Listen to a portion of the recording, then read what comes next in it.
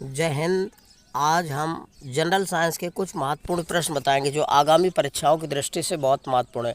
आप डेली सुबह मॉर्निंग में अपना टारगेट फिक्स करिए कि आज हमें इतना तैयार करना है, इतना पढ़ना है, और सारा दिन उस पर फोकस करिए। ऐसा अगर आप डेली करते हैं तो यकीन मानिए आपकी तैयारी बहुत अच्छी हो जाएगी और आप हर एग्ज़ाम फाइट करने लगेंगे। अब देखिए पहला क्वेश्चन, स्वचालित वाहनों में प्रदूषण नियंत्रण हेतु प्रयुक्त सीएनजी गैस में कौन सा तत्व पाया जाता है? जो स्वचालित वाहनों में प्रदूषण नियंत्रण हेतु किस गैस का प्रयोग किया जाता है? सीएनजी गैस का प्रयोग किया जाता है। तो उसमें कौन सा तत्व होता है? तो उसमें मेथेन होता है। ध्यान रखना, कौन सा तत्व पाया जाता है? Methane, CH4। सीएनजी जो गैस होती है जो प्रदूषण रहित होती है, ठीक है, इससे सीएनजी में प्रदूषण नहीं होता। तो इसमें कौन सा तत्व पाया जाता है? Methane, CH4। याद रखिएगा, ध्यान रखना, ठीक है। स्वचालित वाहनों में प्रदूषण नियंत्रण हेतु किस गैस का प्रयोग किया जाता है? सीएनजी। अगला है, भोपाल गैस त्रासदी किस गैस के रिसाव के कारण हुई है? तो भोपाल जो गैस त्रासदी कांड हुआ था तो उसमें कौन सी गैस का रिसाव हुआ था? तो इस गैस का रिसाव हुआ था किसका? Methyl isocyanide. इसको शॉर्ट में MIC बोला जाता है। क्या बोला जाता है? MIC, मेथाइल आइसोसाइनाइड का रिसाव हुआ था, ठीक है, ध्यान रखिए। अगला है, सभी जैव यौगिकों में अनिवार्य तत्व कौन होता है? तो जो जैविक यौगिक होते हैं उसमें कौन सा तत्व पाया जाता है? तो कार्बन होता है, C। क्या होता है? सभी जितने भी जैव यौगिक हैं उनमें सबसे ज़्यादा क्या पाया जाता है? कार्बन पाया जाता है। कार्बन का प्रतीक C होता है, ध्यान रखिएगा। अगला है, किस विस्फोटक को नोबेल तेल भी कहा जाता है? वो कौन सा विस्फोटक है जिसे नोबेल तेल की संज्ञा दी गई है? नोबेल तेल कहा जाता है तो TNG। ध्यान रखना, किसे कहा जाता है? TNG,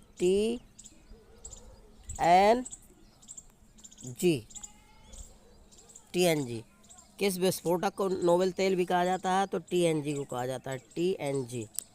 अगला है, बेकेलाइट किन पदार्थों के संग्रहण से बनता है? तो बेकेलाइट जो बनाया जाता है किससे मिलकर बनता है? किसका संग्रहण होता है? तो फिनोल और फार्मेल्डिहाइड। ध्यान रखिएगा, फिनोल का सूत्र होता है C6H5OH, ये फिनोल हो गया, और फार्मेल्डिहाइड का सूत्र होता है HCHO। ये दोनों मिलकर संग्रहण करके क्या बनाते हैं? बेकेलाइट बनाते हैं, फिनोल और फार्मेल्डिहाइड। अगला है, किस एल्कोहल को वुड स्प्रिट के नाम से भी जाना जाता है? ठीक है, कौन सा एल्कोहल है जिसे वुड स्प्रिट के नाम से जाना जाता है? तो मेथाइल एल्कोहल, मेथाइल एल्कोहल को कहा जाता है। इसका सूत्र होता है मेथाइल एल्कोहल का CH3OH। ये मेथाइल एल्कोहल का सूत्र होता है, ध्यान रखिएगा। अगला है, युद्ध स्थल पर प्रयोग की जाने वाली विषैली गैस ल्यूसाइड किससे बनाई जाती है? जो युद्ध स्थल होता है, जहाँ युद्ध होता है, तो जो विषैली गैस होती है, विषैली गैस कौन सी होती है? ल्यूसाइड। तो किससे मिलकर बनती है? किससे बनाई जाती है? तो एसिटिलीन से बनाई जाती है। किससे? एसिटिलीन से बनाई जाती है। इसका सूत्र होता है C2H2। ये सूत्र है एसिटिलीन का। तो ध्यान रखना, युद्ध स्थल पर प्रयोग की जाने वाली विषैली गैस ल्यूसाइड एसिटिलीन से बनाई जाती है, ठीक है, ध्यान रखिएगा। अगला क्वेश्चन है, किस विलायक का प्रयोग नेल पेंट हटाने वाले द्रव के रूप में प्रयोग किया जाता है? किस विलायक का प्रयोग नेल पेंट हटाने वाले द्रव के रूप में किया जाता है? तो एसीटोन का प्रयोग किया जाता है। ध्यान रखना, किसका? एसीटोन का प्रयोग किया जाता है। अगला है, मच्छर भगाने वाली दवाओं में कौन सा रसायन उपस्थित होता है? जो मच्छर बनाने वाली कोयल होती है, कोयल, उसमें किसका प्रयोग किया जाता है? तो एलिथ्रेन का। किसका? एलिथ्रेन, या इसी को पायरेथ्रेन बोला जाता है। अगला है, लौंग में कौन सा तेल पाया जाता है? तो यूजेनॉल पाया जाता है। ध्यान रखना, लौंग में कौन सा तेल पाया जाता है? यूजेनॉल। अगला है, प्रकृति में सबसे अधिक मात्रा में पाया जाने वाला कार्बनिक यौगिक कौन सा है? तो प्रकृति में सबसे अधिक मात्रा में पाया जाने वाला कार्बनिक यौगिक कौन होता है? सेलुलोज होता है। ध्यान रखना, प्रकृति में सबसे अधिक मात्रा में पाया जाने वाला कार्बनिक यौगिक कौन होता है? सेलुलोज। अगला, मार्स गैस किसे कहते हैं? तो मेथेन को मार्स गैस कहते हैं। इसका सूत्र होता है CH4। मेथेन को क्या बोलते हैं? Marsh gas. इसको गोबर गैस भी बोला जाता है। ये एक प्राकृतिक गैस होती है, ध्यान रखना। तो मार्स गैस किसे कहा जाता है? मेथेन को। इसका सूत्र होता है CH4, ठीक है। अगला है, मनुष्य के लिए सर्वाधिक अनिवार्य वसीय अम्ल कौन सा होता है? तो लाइनोलिक अम्ल होता है। मनुष्य के लिए सर्वाधिक अनिवार्य वसीय अम्ल कौन सा होता है? लाइनोलिक अम्ल होता है। अगला है, धूम कोयरा में उपस्थित वह कौन सा रसायन होता है जो आँखों में जलन उत्पन्न करता है? तो धूम जो कोयरा पाया जाता है उसमें कौन सा रसायन होता है जो आँखों में जलन उत्पन्न करता है? तो यह है पराक्सी एसिटिल नाइट्रेट होता है, पराक्सी एसिटिल नाइट्रेट।